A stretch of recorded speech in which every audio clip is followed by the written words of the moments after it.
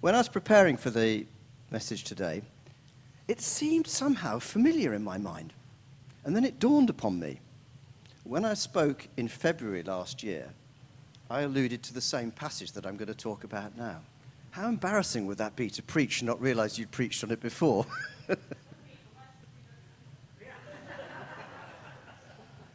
Lee, you're talking to the only man who's managed to fall asleep in a meeting when he was the one talking. Fall asleep when other people are talking, well, that's standard fare, isn't it? But that did once happen, so there you go. I assure you I won't fall asleep when I'm preaching. If I do, wake me up. Or leave quietly.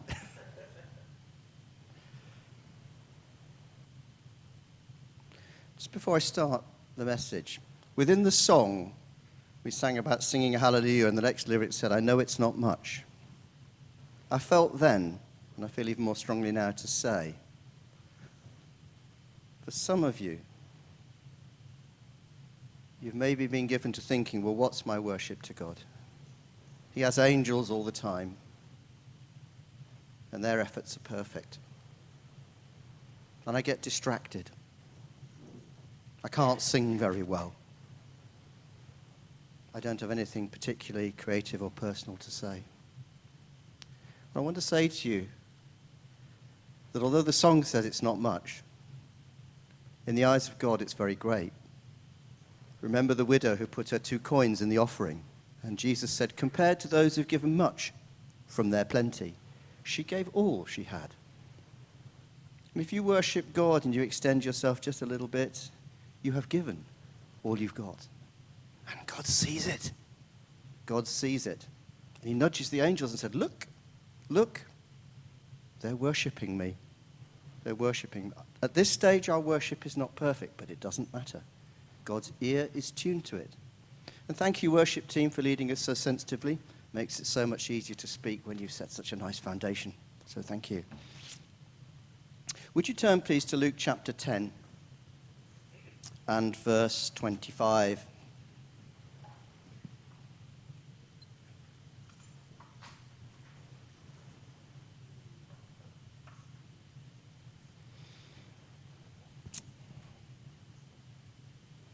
So I want to return to this theme a year on and give perhaps a broader perspective. On one occasion, verse 25, an expert in the law stood up to test Jesus. Teacher, he asked, what must I do to inherit eternal life? What's written in the law? Jesus replied. How do you read it? He answered, love the Lord your God with all your heart and with all your soul and strength and with all your mind, and love your neighbor as yourself. Textbook answer. You have answered correctly, Jesus replied. Do this, and you will live. By implication, you'll receive eternal life. But then verse 29, but he wanted to justify himself. There is, of course, an abject futility in trying to test Jesus when it comes to the law. But here we have an expert in the law, no less. Somebody who thought he knew the process and the procedure. Who is my neighbor? Said the expert. And so Jesus told the familiar parable of the Good Samaritan. A man was going down from Jerusalem to Jericho when he fell among the hands of robbers. They stripped him of his clothes, beat him, and went away, leaving him half dead. A priest happened to be going down the same road, and when he saw the man, he passed by on the other side.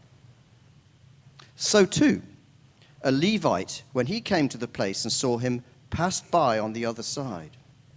But a Samaritan, as he traveled, came where the man was, and when he saw him, he took pity on him. He went to him and bandaged his wounds, pouring in oil and wine.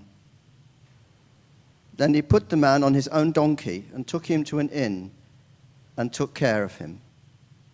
And the next day he took out 2 silver coins and gave them to the innkeeper. Look after him, he said, and when I return, I will reimburse you for any extra expense you may have. Which of these 3, Jesus asked the expert of the law, do you think was neighbor to the man who fell into the hands of robbers?" The expert in the law replied, "The one who had mercy on him." Jesus said, "Go and do likewise."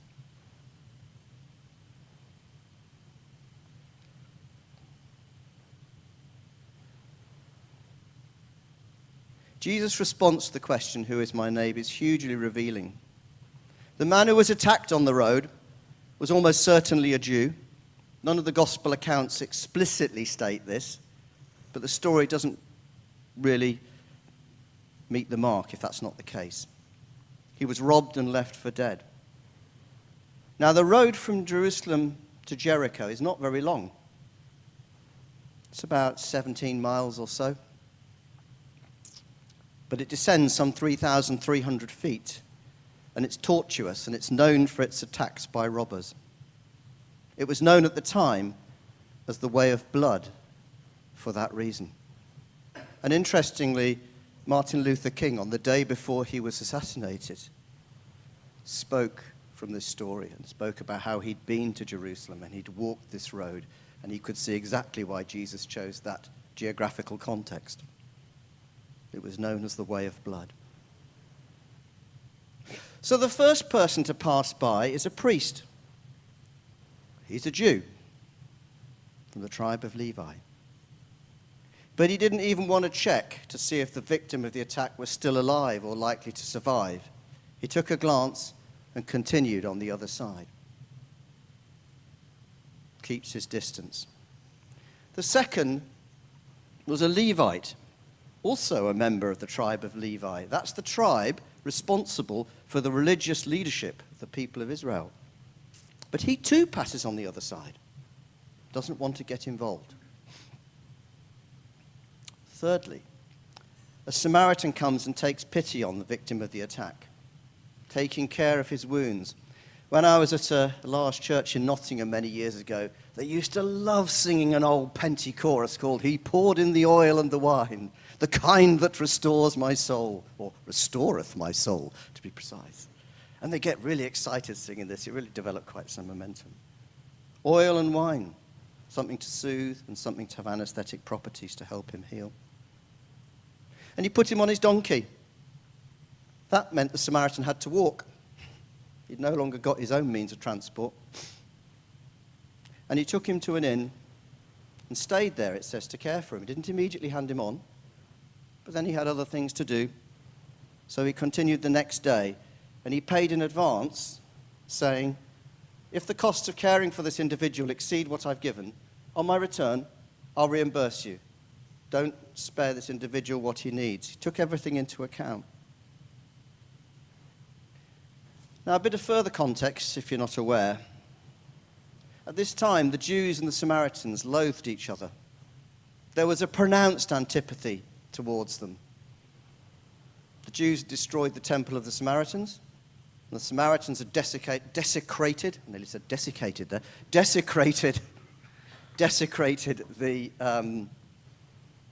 the Jewish temple by taking bones in there.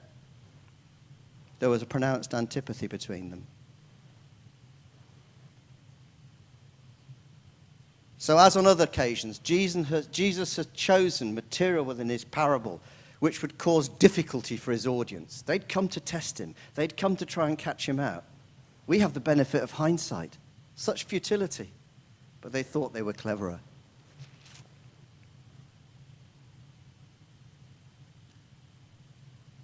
Which of these three men do you think proved neighbor to the man who fell into the hands of robbers? Jesus asked.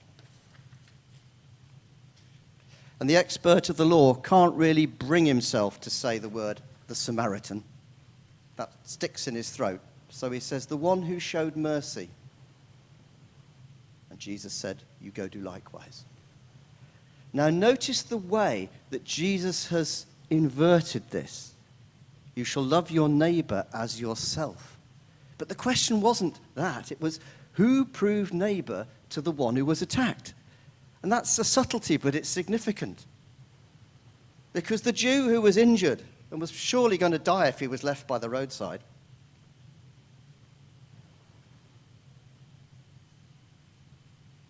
they There you go. It's fostered a great many images, this has. He would surely have died if he was left by the roadside. He was forced to recognize the one person who was going to help him, the one person who was going to save him, the one person who was going to bring him to safety and sort out his injuries, was somebody who that customarily he would have nothing to do with. That's worth thinking about. Anybody like to suggest where else in the Gospels Jesus alludes favorably to Samaritans? Anyone? The woman at the well. Yes. And he was there. She said, would you give me a drink? And she asked the question, why are you, a Jew, talking to me, a Samaritan woman? Double trouble. And there's quite a long discourse there in that passage in John chapter 4. And he says, the water you drink from this well, you'll be thirsty again. But the water that I give, you'll never thirst. Where can I find this water, she asked. Perfectly reasonable question. And then there's a little bit of interplay. And then he says, she speaks of the Messiah, and she says, the one who speaks to you is he. Can you just stop and think about that? If you're having a conversation and you haven't quite realized it, and the individual says, I'm the Messiah. That is earth-shattering, breathtaking. But she was a Samaritan. There's another case. Jesus healed 10 lepers, and they went on their way, freed of their affliction. One came back and thanked him. And it just says in the gospel there in Luke 17, and he was a Samaritan. Now, these things would have been painful for his audience. I'm troubled sometimes by the images of Jesus in stained glass windows and in other traditional paintings and things. He looks effete and ineffective. He wasn't like that. It says elsewhere in the Bible, he had no distinguishing features about him that would have made us recognize him. He looked like an ordinary person. It was in his words and in his actions that he revealed that he was of a different origin.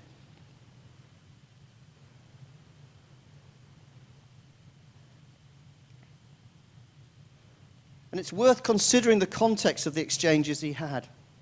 He had endless time for people who were simple-minded but genuine.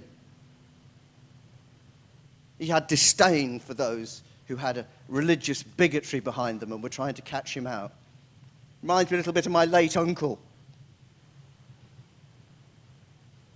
He would spend endless time with his parishioners when he was the minister of the church in Kilwinning there in Ayrshire, explaining some relatively minor point.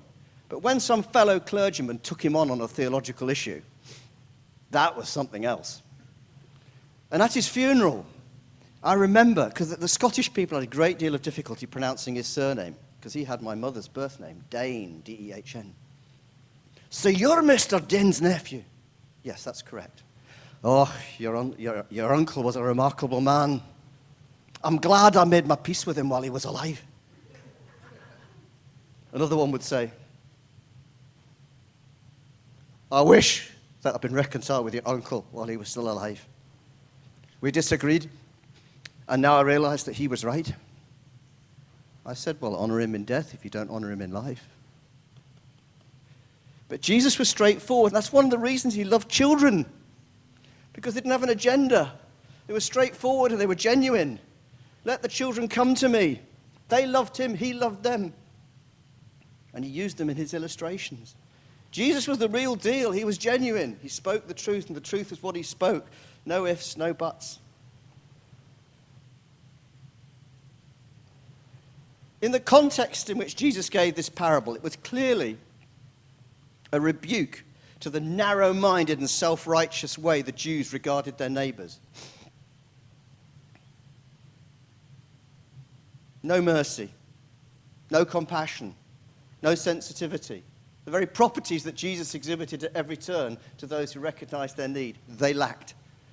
You strain out gnats and swallow camels, he said to the Pharisees. You tithe, dill, and come in, but you neglect the weightier things of the law.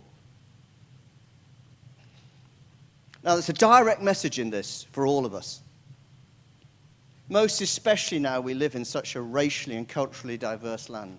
The Prime Minister just this week has been declaring we need to be careful because there are forces at work in the country that are trying to break our society apart, to foster dissent and disagreement, and to suppress working together.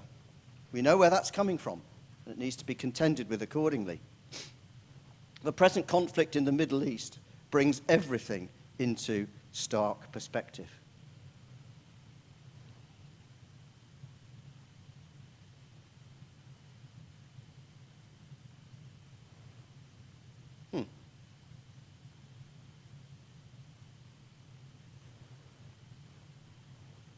That's what I had.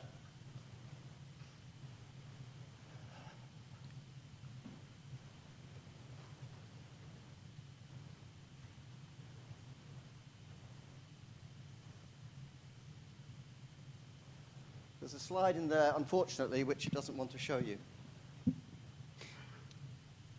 It depicts a black man with a white man on his shoulders. And following the death of George Floyd in May 2020 through the abuse of a police officer in Minneapolis, there were widespread protests in many countries, including the UK. At one event, a Black Lives Matter demonstrator picked up an injured counter-protester and carried him to police protection. His name was Patrick Hutchinson. The picture went viral at the time. Let me just see, I really do want to show you this if I can. It's really very moving.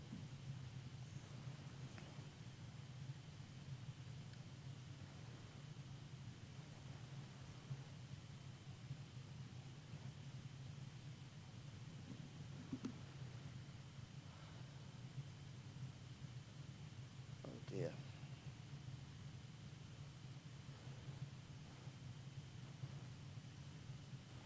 Never mind.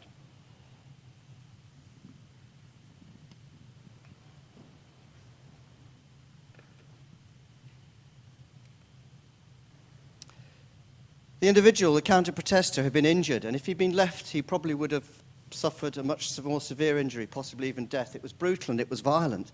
And this black man picked him up and put him on his shoulder and carried him to the safety of the police. It was deeply moving. And his fellow demonstrators protected him as he carried him. Who proved neighbor to the white man? The black man. The very people they'd come to contend with, he owed his life to. His name was Bryn Mawr. There's much disinformation within the conflict in Ukraine at the moment, but there's documented evidence of Ukrainian soldiers digging out an injured and abandoned Russian soldier who his colleagues had left, abandoned him. And they brought him to safety. They tended his wounds. Sounds familiar, doesn't it? They fed him. And they gave him a phone to call his family to say he was alive. Who proved neighbor to that soldier? Not his fellow troops. There's many stories like that. And perhaps in vain, the Ukrainian soldiers hoped that in taking care of their Russian prisoners of war, their own will be treated similarly. Did you know there's been 50 prisoner exchanges in that conflict? They're not much publicized. Hundreds of men have changed hands. I thank God for every one of those exchanges. It's a needless conflict, and there's been needless suffering. If we are to be the agents of salvation to those around us, we must prove neighbor to them. That might mean we act with benefit for those who don't share our values, or even they might even despise them. In times of vulnerability, however, amazing things can happen. I'm presently engaged in the lives of several people who don't share my views or beliefs, and in some cases, determinedly atheistic about it, and even disparaging of those with religious convictions. But I've resolved to be neighbor to them without ulterior motive or judgment. I seek to become Jesus to them in the absence of an acquaintance of their own. That's not presumptive. But sometimes, in an ever more secular world, we have to be Jesus in the situation we find ourselves. Like Richard said last week, don't worry in these situations what you're going to say. I'll give you the words. I've experienced that, and it's quite remarkable. There is also an allegorical side to this parable. Scholars are a bit divided on this, but you may see the road from Jerusalem to Jericho as a metaphor for the journey in life on which we're engaged. Misfortune and difficulty can well befall us, and those to whom we might turn don't necessarily prove of assistance. I've seen that. People who are in need and those they would customarily turn to, like the priest, like the Levite, have disregarded them. Jesus, however, will not pass you by. Jesus will not pass you by.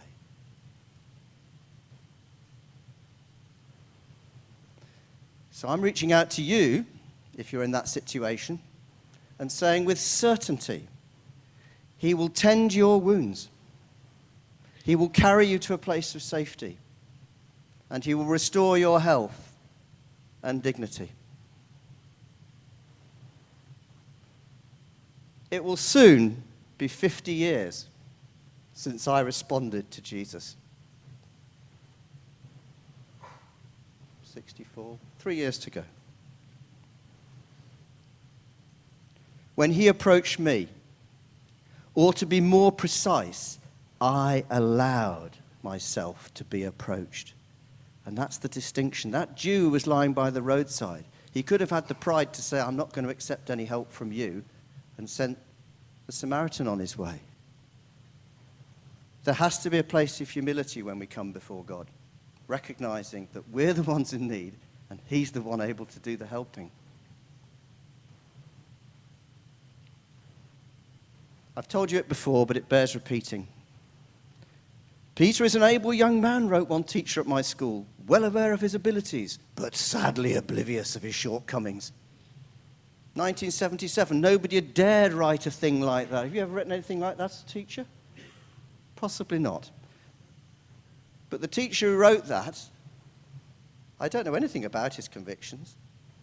One day I'll share this story, perhaps, and I'll say, I'm grateful to Dr. Melvin Dickens, chemistry teacher. He couldn't pronounce his R's, so he'd talk about bromine water rather than bromine water. But he wrote those words. And I tell you, assuredly, as the donkey spoke to Balaam, that was God speaking to me. And I realized in that summer in 1977, I knew plenty about my capabilities and my knowledge and my strength. But I was oblivious of my shortcomings. And it was in that summer that I yielded to him.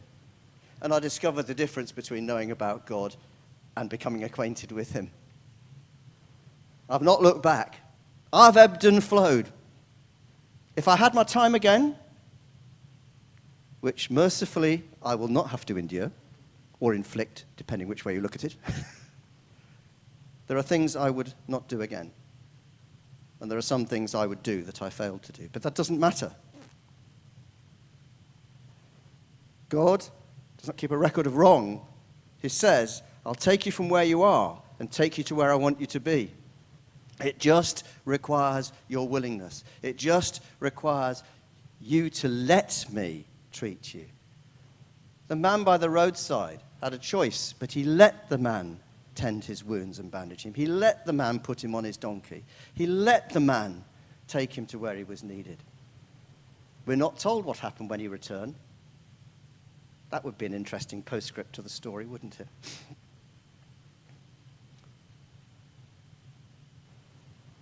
It is through Jesus' death and resurrection the means has been enabled for me to become acquainted with God.